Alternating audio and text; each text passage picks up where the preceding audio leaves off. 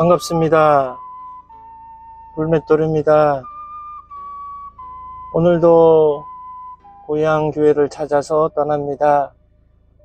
오늘 찾아가는 교회는 경남 함양군 유리면에 소재하고 있는 국계교회입니다.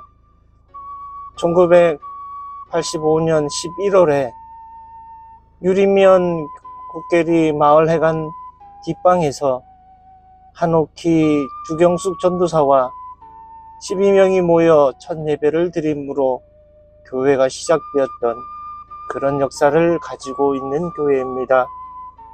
지금까지 그곳에서 예수 그리스도의 복음 사역을 온전히 잘 감당해 오고 있는 국계교회, 지금은 어떤 상황인지, 어떤 형편인지, 어떻게 운영 유지되고 있는지 영상을 통하여 남겨보고자 합니다.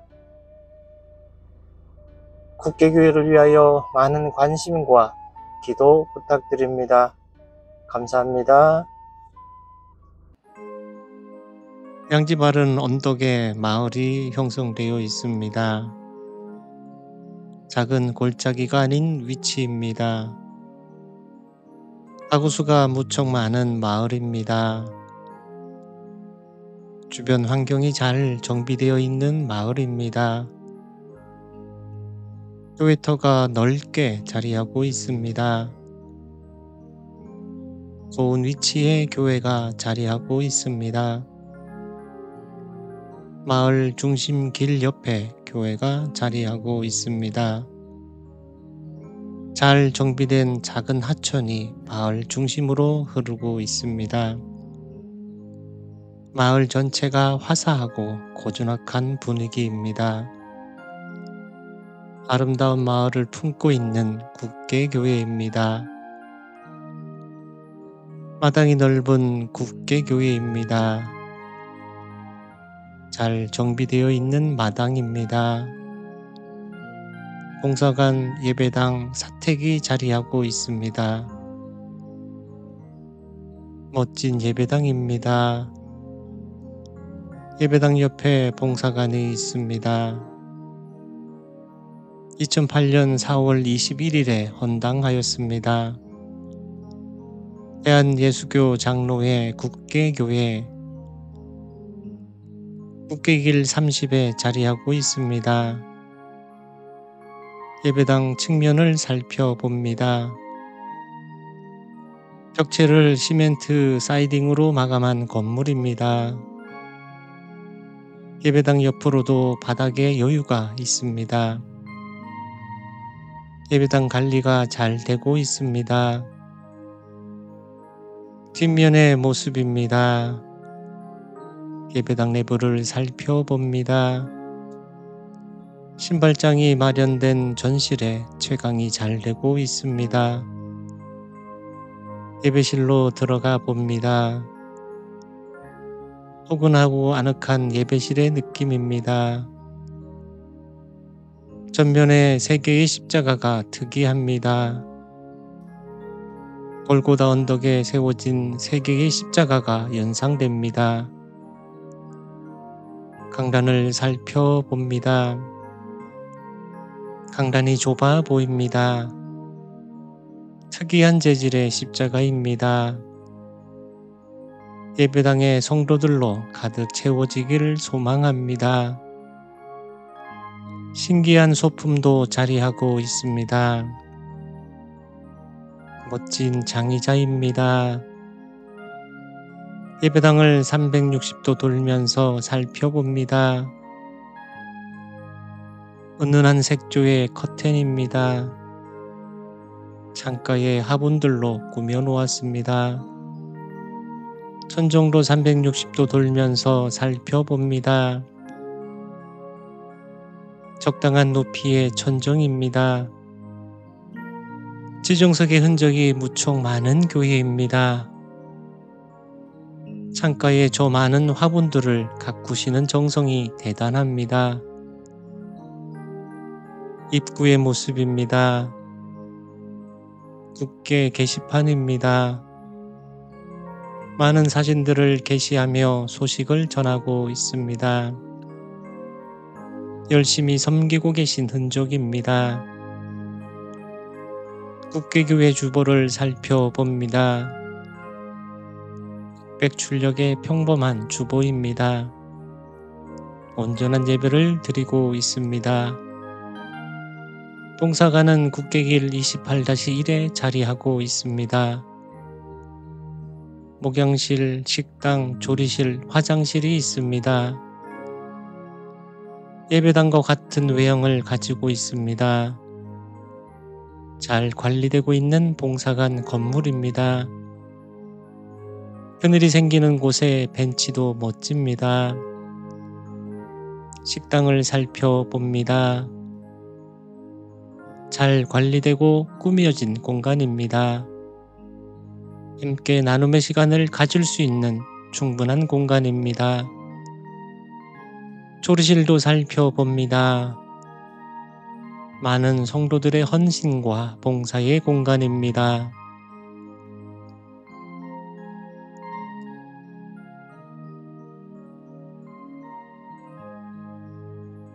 국계교회를 뒤로하고 되돌아 나오는 길, 현 담임 목사님의 헌신으로 새 예배당과 봉사관을 세워 아름다운 예배당에서 예수 그리스도의 복음을 전하고 있는 국계교회, 예수님 다시 오실 때까지 흙계리에서 복음 사역을 잘 감당하는 칭찬받는 국계교회가 되길 소망합니다. 고향교회를 찾아서 국계교회 편이었습니다. 평안하세요. 감사합니다.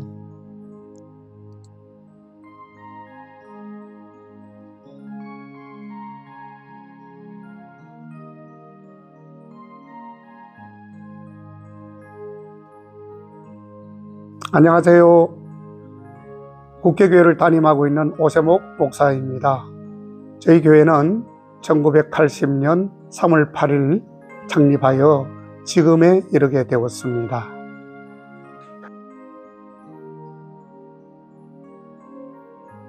네, 저희 교회 연역은 1980년 3월 8일 날 한옥희 전도사님이라고 계시는데요. 그분이 장신대에 여기서 학교 수업을 하며 또 여기 내려오셔서 또 교회를 또 예배를 드리고 그렇게 하면서 또 올라가시고, 그 이후에 그분이 그러니까 우리 교회의 창립 시초가 된 거죠. 그 이후에 이유정 전도사님이라고 여자 분이신데, 그분이 우리 이 교회를 거의 이제 본 창립을 했다고 해도 보면 되겠지요. 그 상태에서 쭉 한 몇 년간 이렇게 이어오시다가, 그 이후로 또 이만수 목사님, 3대 목사님이신데, 그분이 이어받으셔서 우리 교회를 이렇게 잘 하고 오시다가, 그 이후에 제가 2007년 2월에 우리 교회에 부임하게 되었습니다. 지금 현재까지 이르게 되었습니다.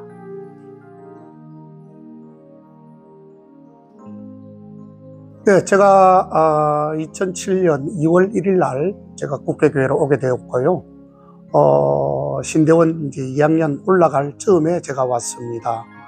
근데 막상 오게 되다 보니까 교회 건물이 없고 좀 사실 좀 삭막한 가운데서 이 신앙 여기에서 제가 목회를 해야 되느냐 말아야 되느냐 하는 갈등도 사실 많이 있었지만, 그러나 또 이게 전부가 아니다, 하나님의 뜻을 또 주위에서도 그렇게 교훈해 주시고 다일러 주셔서 그냥 한번 열심히 해보라 해서 제가 눌러앉게 되었습니다. 그리고 와서 보니까 교회 건물이 없고 사택방 한 켠에 의자 4개를 놓고 예배를 드리고 있었습니다. 그래서 그때는 뭐 여기 연고가 제가 여기 연고가 아니기 때문에 굉장히 좀 절망적이었지만 그래도 젊음 하나 주신 그것 가지고 그 패기로 제가 그 해 10월 달에 제가 온 해의 10월 달에 우리 진주 노회 함양 시찰에 목사님들을 모시고 거기에서 이제 이렇게 건축 시작을 선포를 하게 되었습니다. 그래가지고 돈은 한 푼도 없는 상황이었고 제가 무슨 목회 경험도 없었고 그리고 아는 분들도 없었어요. 그래서 이걸 어떻게 해야 되나 해서 이렇게 고민하다가 일단 건축 선언은 했지요. 또 안 할 수도 없으니 여기저기 백방으로 뛰어다니면서 제가 건축 기금을 조금이라도 마련하기 위해서 열심히 뛰었습니다. 그리고 제가 돈이 또 목돈도 필요했기 때문에 그때 당시는 제가 큰 교회에 가서 목사님께 쫄랐어요. 저 설교 한번 시켜주십시오. 그러면 헌신 예배 때에 한번 불러주시면 헌신 예배 헌금을 이렇게 모아주시고 또 그렇게 해서 조금씩 해서 건축을 하게 되었고요. 건축 자재나 건축 결제를 그렇게 해서 건축을 2008년 어렵게 2008년 4월에 헌당을 하게 되었습니다. 그게 참 너무나도 눈물을 많이 흘렸고요. 역사적인 순간이 그때였다고 생각이 들고 너무 하나님께 감사했죠. 물론 제가 했다고 생각하지 않습니다. 하나님께서 모든 일을 이루어 주셨다 이렇게 생각이 들어집니다.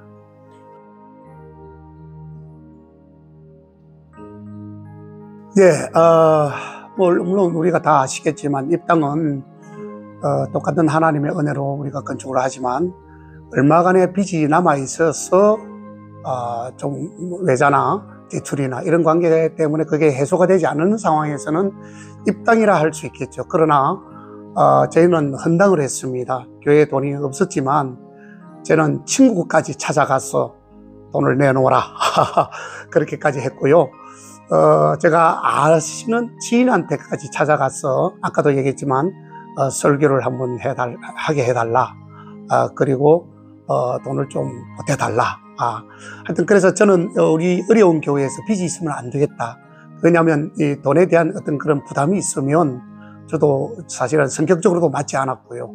그래서 그것을 절대로 입당이 아니라 헌당을 해야 되겠다라고 하는 가족적인 회의도 있었고 또 주위에 또 헌당하는 것이 좋지 않겠습니까? 라고 하는 그런 목사님들도 계셔서 제가 어떻게 하든지 헌당하려고 노력을 많이 해왔습니다. 그래서 결국은 하나님께서 그 소원을 들어주신 것 같습니다.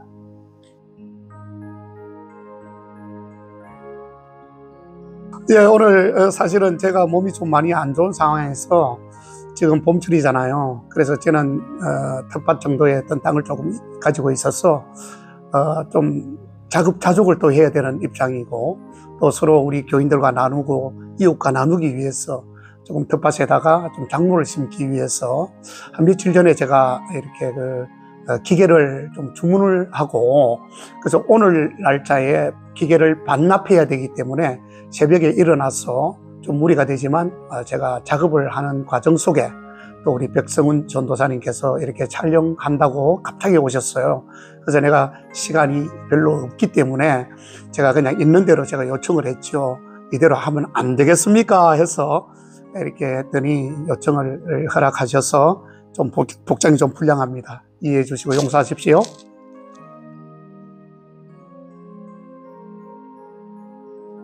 예, 저는 신학을 조금 늦은 나이에 시작을 했습니다.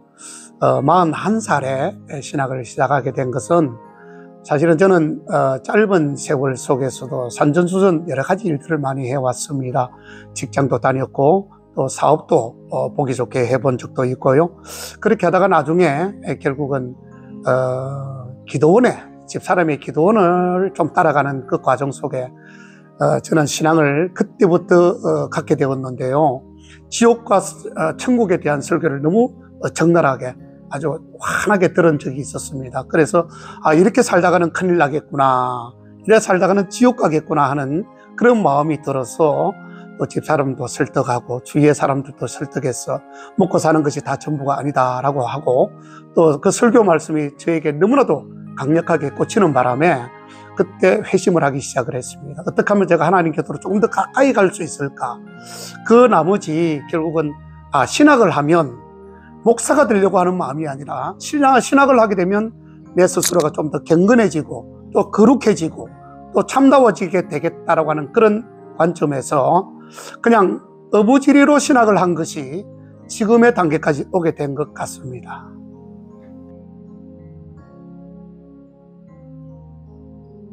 네, 농촌 목회라고 하는 것, 저는 제 입장에서는 생명살림이다라고 하는 것이, 물론 뭐 여타 농촌 목회자들이 다 그렇게 생각을 하시겠지만 생명살림이 아니겠는가, 저는 그렇게 생각해 봅니다. 저를 통해서 또 저희 가정을 통해서 우리 가족을 통해서라도 한 명의 한 영혼이 천하보다 귀하다고 했는데 그 영혼들이 살아나는 것을 볼 때마다 가슴 뿌듯하고요. 너무나도 희망적이고 소망적이고, 주님께서 먼저 보실 때에 위에서 웃고 계시지 않겠느냐라고 하는 그런 관점에서 보실 때마다 참 저는 기쁨이 넘치고요. 그래서 저는 여기서 끝까지 제가 여기서 다른 데로, 이제는 나이도 들었기 때문에 뭐 그런 다른 교회를 갈 기회가 몇 번 있었지만 그거 다 마다했습니다. 그리고 여기에서 제가 언제까지 있을지는 모르지만 하나님께서 허락하시는 한도 내에서 최선을 다해서 농촌 목회를 하면서 영혼 구원에 최선을 다하고자 합니다.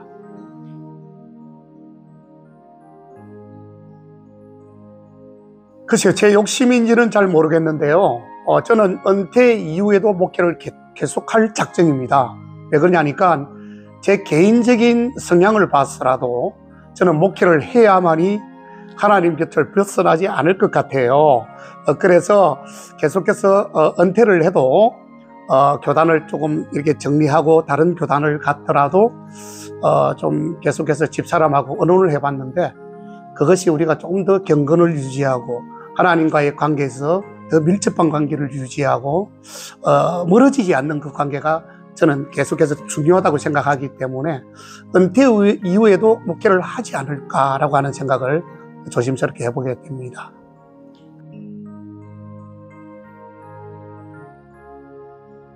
예, 저희 집사람을 잠깐 소개하겠습니다. 저희 집사람 참 나이도 동갑이고 또 영남이 만났고요.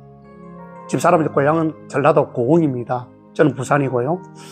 그렇게 만나서 처음에 좀 어려웠지만 살다 보니까 정이 들고, 또 먼저 신앙이 저보다 월등히 투철하기 때문에 신앙 관리를 우리 집사님이 잘 해주고 있습니다. 제가 목사이지만 이 거꾸로 제가 이런 말을 해도 될는지는 모르겠습니다만 하여튼 너무 감사하게 생각하죠. 원래 시골 목회나 어느 뭐 도시 목회나 할 것 없이 목회자의 목회는 거의 사모님들이 60%, 70%를 감당하는 말을 제가 일찍이 좀 들은 바가 있습니다. 그게 과연 그럴까라고 생각을 했지만 실제 사실이었습니다. 밖에 나갈 때마다 집사람은, 저보다는 집사람이 늘 칭찬을 받는 모습을 제가 너무 감사하게 생각하고 있고요. 그래서 그것이 또 가정적으로 또 교회적으로 우리 또 성도적으로도 너무나도 칭찬을 많이 듣는 그런 아내를 제 곁에 두고 있다는 것은 너무나도 행복하고 소중하고 훌륭한 나의 아내다, 그렇게 생각이 들어서 참 늘 감사한 마음이 있지만 저는 조금 이 표현력이 좀 부족해서 그런 말을 잘 못하고 그래서 조금 사실은 뭐 결혼 기념일이나 생일 때도 꽃다발 하나도 지금까지 못 전해준 그런 참 무뚝뚝한 사람이었습니다. 정말 이 시간을 빌어서 미안하고요. 다음부터는 더 잘할 수 있도록 아내의 사랑을 각별하게 할 수 있도록 노력하겠습니다. 감사합니다.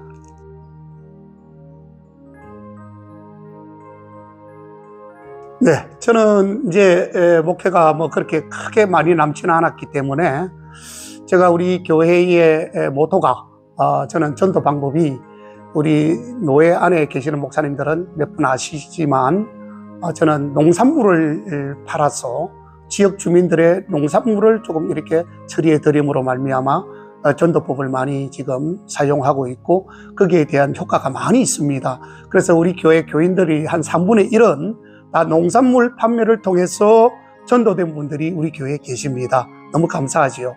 그래서 앞으로도 제 소망은 사실은 우리가 전도 방법 중에 사탕을 갖다 주거나 과자를 갖다 주거나 휴지를 갖다 주는 그런 시대는 이미 좀 지나지 않았겠는가라고 하는 생각이 들어집니다. 그래서 제가 연구하고 기도하고 좀 생각해 봤던 게, 제가 이제 사회에 있을 때에 영업을 좀 했던 사람이라서 그 노하우를 좀 살려보자. 그래서 농산물을 좀 이렇게 팔고 팔아드림으로 말미암아 그분들의 직접적인 생계에 직접적인 터치를 좀 해드림으로 말미암아 그분들이 너무너무 좋아하고 전도 방법 효과가 다른 전도 방법보다는 아주 탁월하다는 것을 제가 보고 느끼고 배웠습니다.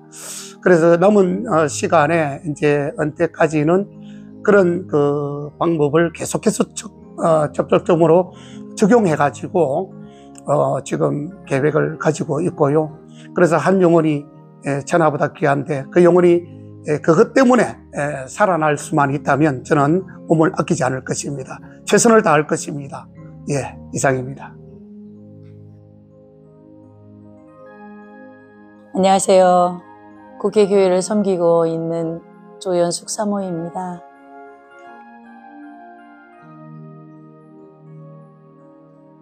제가 하나님을 만나는 성령의 처음이라고 할까요? 그 시기가 고등학교 3학년 때 서울에서 학교를 다녔는데 그 당시에 저희 아버님이 몸이 편치 않으셔가지고 기도를 작정하고 기도원에 올라갔습니다. 금식을 3일 하기 위해서 올라갔는데 거기에서 기도할 때 하나님이 저의 존재를 하얀 아주 끝이 없는 곳에 점 하나로 저를 이렇게 느끼게 보여주셨어요. 하얀 곳에 점 하나. 그랬을 때 나의 존재가 이렇게 하나님이 보실 때에 이런 하얀 바탕에 점 하나구나. 하나님은 정말 전능하시구나. 영존하시구나. 그동안에 배웠던 성경 말씀이 기억나면서 생각나면서 제가 그 상황에서 하나님의 존재를 다시 깨닫게 됐고, 그리고 제가 방언을 은사를 받았을 때에 하나님께서 이제 여러 가지 주위의 목사님들과 지인들이 방언은 참 방언이 있고 가짜 방언이 있다라고 말씀을 하셔서 거기에 놓고 기도를 했을 때 하나님이 저에게 확신을 주시는 방언의 그런 어떤 부분적인 것들을 말씀을 하셨어요. 그때에 제가 기도를 좀 집중적으로 하는 시기가 있었어요. 그때 하나님이 저를 내가 너를 사랑한다라는 그런 말씀으로 저를 다가와 주셨고, 그 당시에는 이제 부모님이 몸이 편치 않으셨기 때문에 정말 간절한 기도, 그 다음에 간절한 주님을 만나기를 원했던 것 같습니다. 그때 예.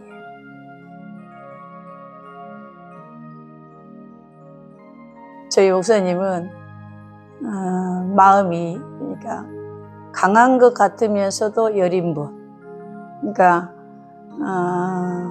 제가 감사한 거는 어떤 실수를 하거나 잘못을 했을 때 빨리 시인하고 하나님 말씀처럼 해지기가 전에 사과하고 양보하는 그런 인격을 갖고 계셔가지고 제가 이제 어려운 일이 많이 있었지만 그런 것들로 인해서 제가 지금까지 목회의 길로 계속 달려온 것 같아요.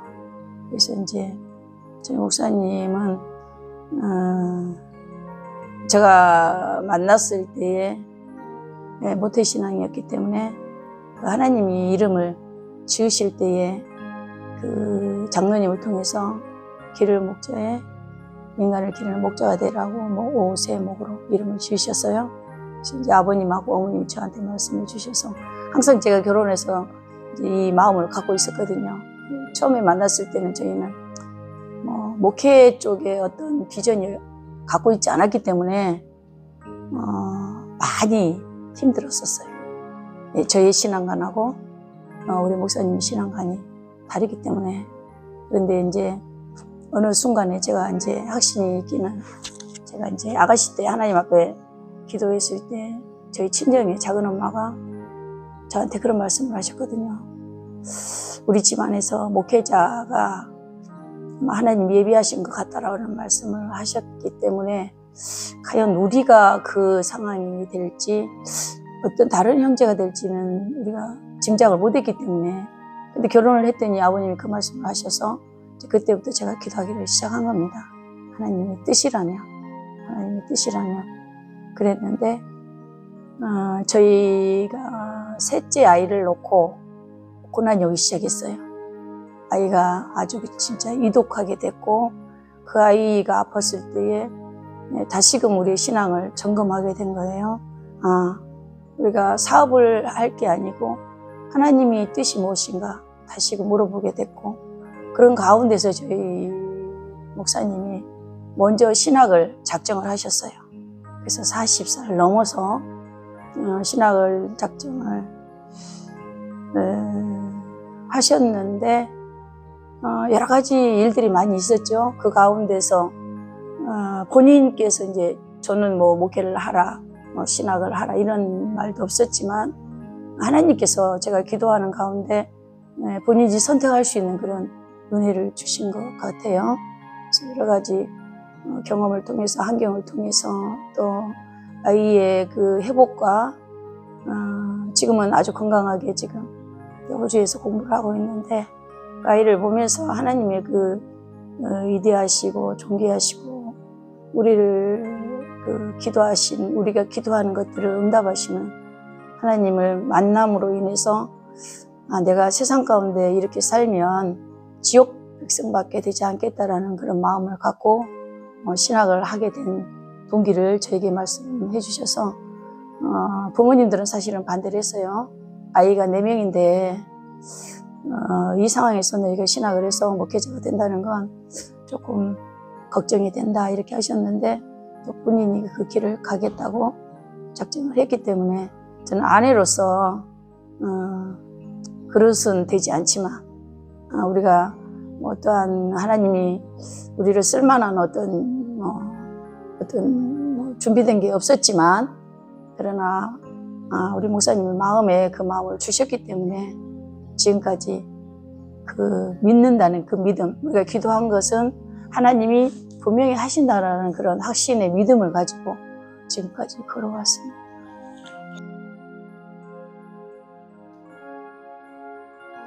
근데 저희는 결혼을 아주 그냥 부모님이, 우리 아버님이, 어머님이 반대를 안 하셨어요.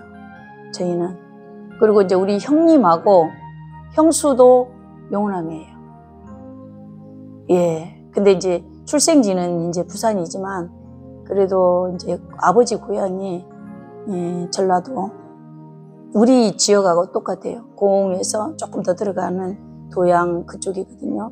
그래서 저희는 그렇게 결혼에 대한 반대를 안 했고, 그 다음에 저희 남편하고 제가 같은 직장을 다녔어요. 여의도 그 국회의사당 바로 앞에 건물에서 같은 일을 했었고, 그래서 저희 아버님이 또 회사에 오셔서 저를 보셨어요. 사실은 결혼할 생각이 없을 그 상황에. 그렇기 때문에 이제 저를 또 결혼한다는 말 하기 전에 먼저 저를 보셨기 때문에 아마 반대를 하지 않으셨나 이런 생각이 듭니다.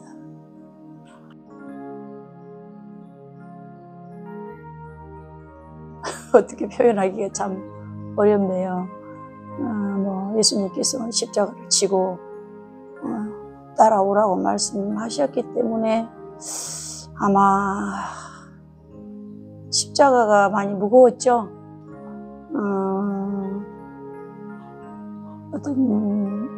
누가 옆에서 반대하고 이런 것들보다는 우리는 이제 평신도로 있다가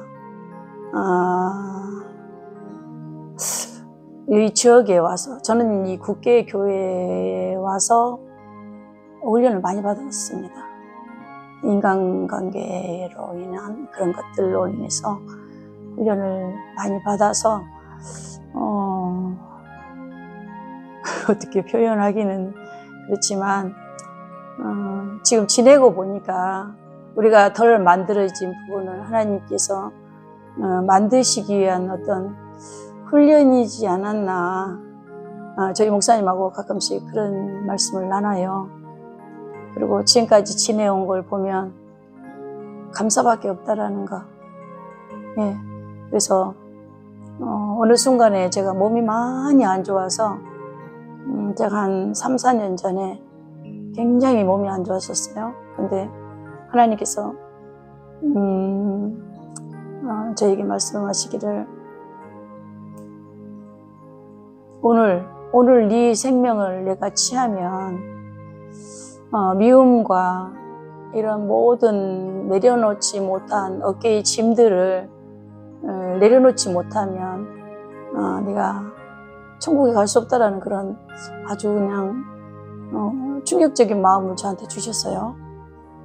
그리고 나서 제가 하나님 앞에 기도하기를 하나님 저희들이 부족해서 여기로 이 국회교회로 인도하셨는데 원한 부분들을 다 하나님께서 훈련을 통해서 이렇게 감싸 주셨고 근데 저희는 대부분이 우리의 어떤 허물을 보기 전에 상대의 허물을 먼저 보기 때문에 말씀을 들을 때마다 우리는 그 말씀이 우리의 막 가슴을 찌르는 것 같잖아요.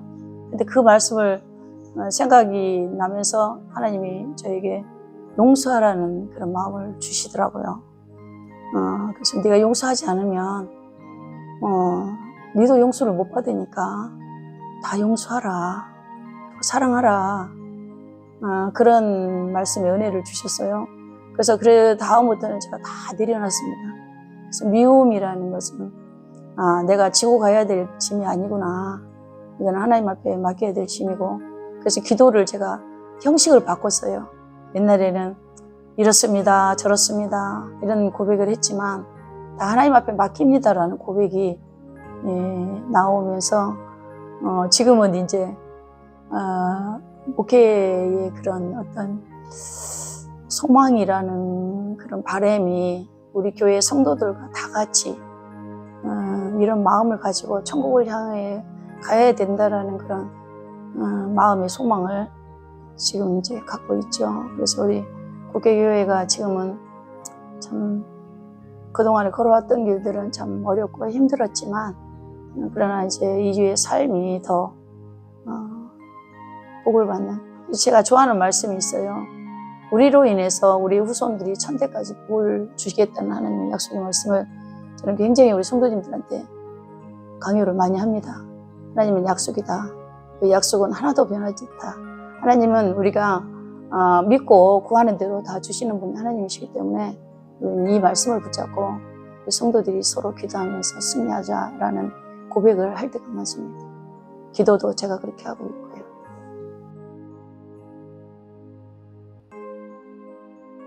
근데 후배 사부들한테 할 말씀이 없어요. 저희 아이들도요, 목회자 그러면요, 저희 딸만 넷인데요, 저희 부부가 고생한 걸 보면서 나는 엄마 평신도로 살면서 주의 일을 하는 게 덕이다. 쉽게 얘기하면 목회자들과 산모들이 어떻게 보면 마음에 그 요동치는 것들이요. 제가 이제 평신도로 있어 봤으니까 알잖아요. 그죠? 평신도로 있으면 우리가 덮을 것도 덮고 그러는데 이제 목회자가 되다 보니까 책임감이 너무 커요. 성도를 전도를 했는데 그분을 정말 잘 양육해서 같이 천국을 가기 원하고 그런 마음으로 기도하고 전도를 했는데 그분들이 어떤 상황에서 실족해서 어떤 환경 속에서 교회를 나오지 않았을 때는 얼마나 마음이 그냥 무겁고 표현하기가 곤란할 정도로 이제 뭐 영혼은 하나님이 책임지시고 하나님이 모든 것을 이루시지만 그러나 목회자로서 둘이서 잠을 못 잘 때가 꽤 많았었어요. 근데 이제 제가 이제 산모 역할이라는 것은 저도 이제 처음에는 우리 목사님하고 마음이 맞지 않아서 많이 뭐 이렇습니다, 저렇습니다, 이렇게 하세요, 저렇게 하세요. 제가 그냥 목회자처럼 리더를 했었어요. 그런데 어느 순간에 하나님께서 목사님을 사랑한다는 그런 마음을 저에게 주시더라고요. 내가 사랑하는 아들이다. 네가 왜 그렇게 이거 해라 저거 해라, 요건 틀리다 요건 맞다, 그렇게 해서 목사님을 정죄하고 힘을 빼고 앞에 가는 길을 막고 그러냐는 그런 마음을 저에게 주셨어요. 그래서 저는 사실은 이제 사모가의 역할은, 시골 교회는 사실은 뭘 다 해야 됩니다. 청소부터 식사부터 전도, 신방, 상담, 성경 공부, 전도도 이제 제가 우선해서 나가야 되고, 그리고 안부 묻는 것들, 뭐 챙기는 것들, 사모가 다 해야 된다는 것을 좀 기억을 해야만 시골 목회는 목사님들이 그 어떤 동력자가 될 수 있지 않나.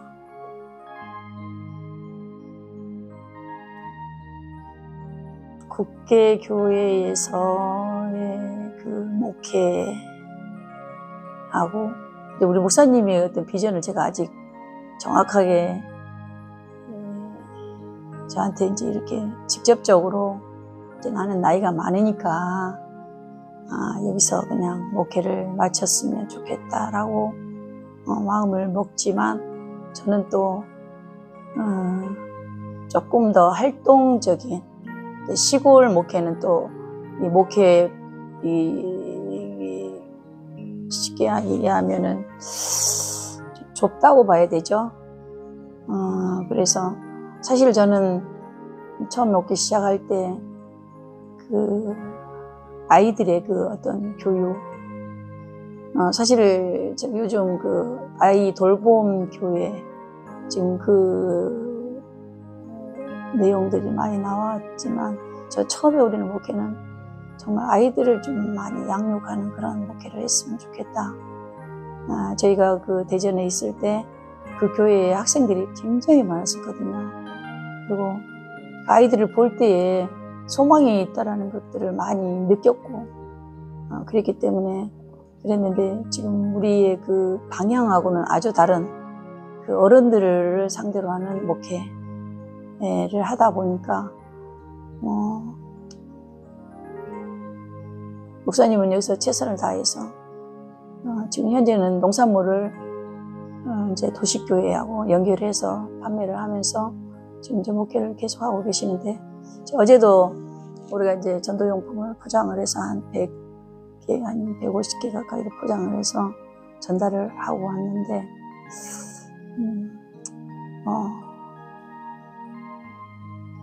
성도들이 또 연세가 있지만, 그러나 또 그분들이 또 나름대로 말씀에 순종하고, 또 목사님의 그런 어떤 의지를 잘 따라서 하시니까, 저도 또 목사님이 하자는 대로 목사님이 걸어가시는 대로 그냥 뭐 순종하고 따라가야 된다라는 그런 마음이 있습니다.